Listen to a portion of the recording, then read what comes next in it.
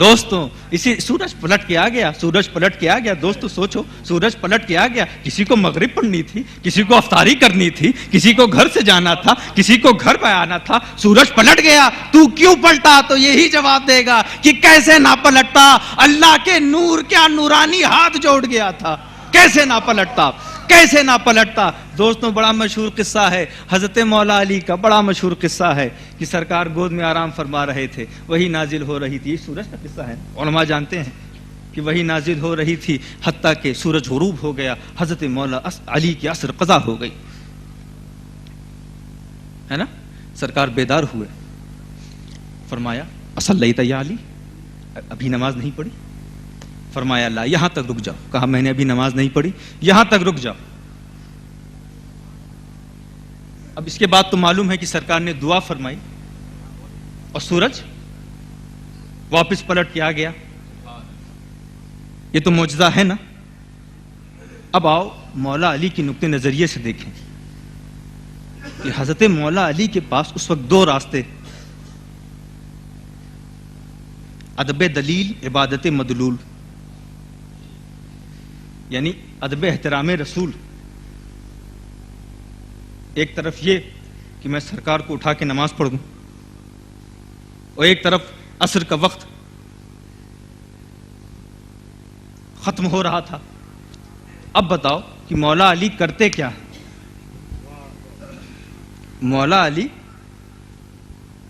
کرتے کیا ہے؟ ان سے بڑا کوئی فقیہ ہے؟ ان سے بڑا کوئی محدث؟ ان کی خاموشی بھی ایک فتویٰ ہے. وہ اگر خاموش بھی رہیں تو بھی ایک فتویٰ ہے. تو مولا علی کی خاموشی یہی بتا رہی تھی کہ میں عصر میں نے نہیں پڑھی، پھر بھی میں عبادت میں تھا. اس کو سوچو. خطا وہاں ہوتی کہ عصر نہ پڑھتا، عبادت میں تو عبادت میں تھا. بس فرق یہ تھا کہ میں نے وہی ادا کی جو افضل تھی.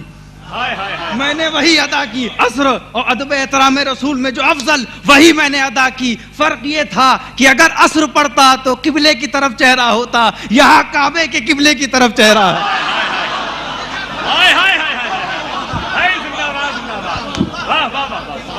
تو دوستوں بولتی ہوئی دلیل ہے، بولتی ہوئی دلیل ہے. یہ بولتی ہوئی دلیل ہے. تم غلط سمجھو گے سیدھا راستہ دکھائے گی، غلط سمجھو گے سیدھا راستہ دکھائے گی، بھٹک جاؤ گے درست کرے گی. اس کے قریب اگر تم عبادت کے جذبے سے آؤ گے تو فوراً کہے گی انا رسول اللہ، میں اللہ کا رسول ہوں. عبادت اللہ کی کرو، رسول کی نہیں. انا بشر مثلکم، میں بشر ہوں. عبادت خدا کی کرو، بشر کی نہیں. اگر غلطی سے اپنی طرح سمجھ لیا فوراً کہے گی انا قاسم واللہ یؤتی، میں بانٹنے والا ہوں، اللہ عطا کرنے والا ہے، تم میری طرح ہو. ایکم مثلی، تم میری طرح ہو. اس کی حقیقت کو سمجھنے چلے تو فوراً کہے گی لم یعرفنی حقیقت غیر ربی، میری حقیقت میرے رب کے سوا کوئی نہیں جانتا. تو دوستوں جملہ ہے، یہ کیسی دلیل ہے؟ یہ ایسی دلیل ہے کہ جس کی حقیقت کو تم سمجھ نہیں سکتے، اور ایسی دلیل ہے کہ بغیر سمجھے خدا تک پہنچ نہیں سکتے.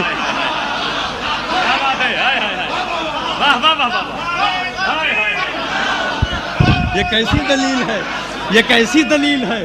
یہ کیسی دلیل ہے کہ جس کی حقیقت کو تم سمجھ نہیں سکتے اور بغیر سمجھے خدا تک پہنچ نہیں سکتے. تو دوستوں اس کو سمجھو بھی اور اپنی حدیں بھی سمجھو، اس کو سمجھو بھی اور اپنی حدیں بھی سمجھو. تو دوستوں ہم کریں کیا؟ ہم وہی کریں گے جو حضرت ابوبکر صدیق نے کیا. ہم مان لیں گے. ہم نے دلیل مان لیا، اب آپ جو منوائیے ہم مانتے رہیں گے. ہم نے آپ کو دلیل مان لیا. دوستوں بڑا مشہور قصہ ہے حضرت صدیق اکبر کا، اپنے انداز میں بیان کرنا چاہتا ہوں. پہلی وحی کے بارے میں سنا تو رسول کو مان چکے تھے. وہ یہ نہیں پوچھا یا رسول اللہ یہ اسلام کیا ہے، یہ نہیں پوچھا یا رسول اللہ یہ دین کیا ہے، یہ نماز کیا ہے، یہ زکوٰۃ کیا ہے، بلکہ یہ کہا یا رسول اللہ میں تو آپ کو مان چکا ہوں، کلمہ کون سا پڑھنا ہے، کلمہ کون سا پڑھنا ہے، میں تو آپ کو مان چکا ہوں. آخری بات کر کے میں رخصت ہو جاؤں گا، پھر خطیب اعظم ہند کا خطاب ہوگا. بڑا مشہور واقعہ ہے سنن نبی داؤد میں کتاب الشہادہ کا.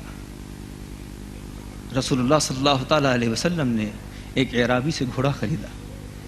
بڑا مشہور قصہ، گھوڑا خریدا. اب یہی ہے کہ مان لو، جو کہیں مان لو. اب گھوڑا خریدا، کہا بعد میں آ کے لے جاؤں گا. اب جب سرکار واپس گئے تو وہ مکر گیا.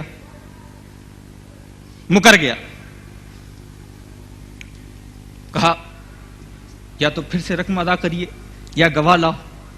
اتفاق سے جب رسول اللہ صلی اللہ تعالیٰ علیہ وسلم نے اس اعرابی سے وہ گھوڑا خریدا تھا تو اتفاق سے اس وقت کوئی موجود نہیں تھا. اتنے میں حضرت خزیمہ رضی اللہ تعالیٰ عنہ وہاں سے گزر رہے تھے. اب میں کسی ادھر ادھر کے عقیدے کی بات نہیں, میں ایک صحابی رسول کے عقیدے کی بات کر رہا ہوں. اس کو غور سے سنو. تو حضرت خزیمہ نے جب ساری باتیں سنی تو کہا انا اشہد انک بایعتہ, میں گواہی دیتا ہوں, میں گواہی دیتا ہوں. مطلب میں بکا ہوا ہوں آپ کا, میں گواہی دیتا ہوں کہ آپ نے خریدا ہے. میں بکا ہوا ہوں آپ کا, میں گواہی دیتا ہوں کہ آپ نے یہ گھوڑا خریدا. بہرحال گھوڑا اس کو رسول اللہ صلی اللہ تعالیٰ علیہ وسلم کو گھوڑا مل گیا. اس کو مختصر انداز میں سنیے, اس کو گھوڑا مل گیا. پھر رسول اللہ صلی اللہ تعالیٰ علیہ وسلم نے خزیمہ ادھر آؤ, کہاں سے گواہی دے دی, کہاں سے, جب تم موجود نہیں تھے. اب یہاں بھی رسول خوب جانتے ہیں کیوں گواہی دی اس نے, ان سے کیا چھپا ہے, ان سے کیا چھپا, وہ خوب جانتے ہیں اس نے. یہی اس کی بنیاد ہے, گواہی اس کی بنیاد ہے. یہ آج گواہی نہ دیتا تو فنا ہو جاتا, ختم ہو جاتا. تو کہا کیسی گواہی, کہا بتصدیق کا یا رسول اللہ, آپ نے تصدیق فرما دی, آپ نے کہہ دیا یہی میرے لیے. کیا مطلب یا رسول اللہ, جب بغیر دیکھے آپ کے قول پہ میں نے خدا کو مان لیا تو یہ کیوں نہ مانوں آپ نے یہ گھوڑا خریدا ہے, تو یہ کیوں نہ مانوں آپ نے یہ گھوڑا خریدا ہے.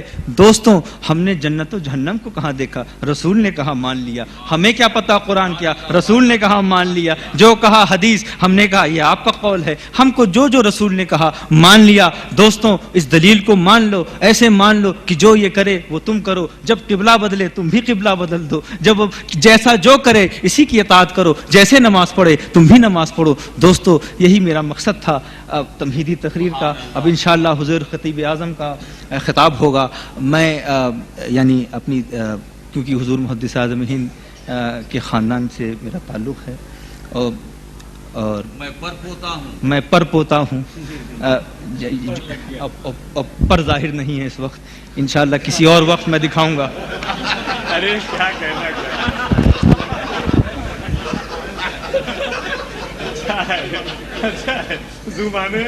اور دوستوں میں کچھ باتیں بس 2 منٹ کے لیے آپ سب کو گواہ بنا کے میں دعا کی درخواست میرے دادا حضور مفکر ملت کے لیے حضرت سید حسن مصنع انور کی رب العالمین ان کو صحت عطا فرمائے اور لمبی عمر عطا فرمائے, کہ وہ دن بھی ہم دیکھیں کہ جب سرکار یہاں بیٹھے رہیں اور ان کے سامنے مجھے 2 الفاظ بولنے کا موقع ملے.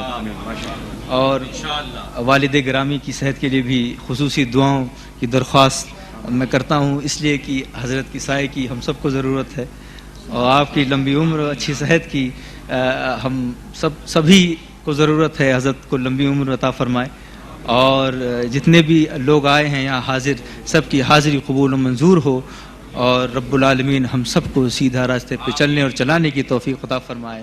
وآخر الدعوانا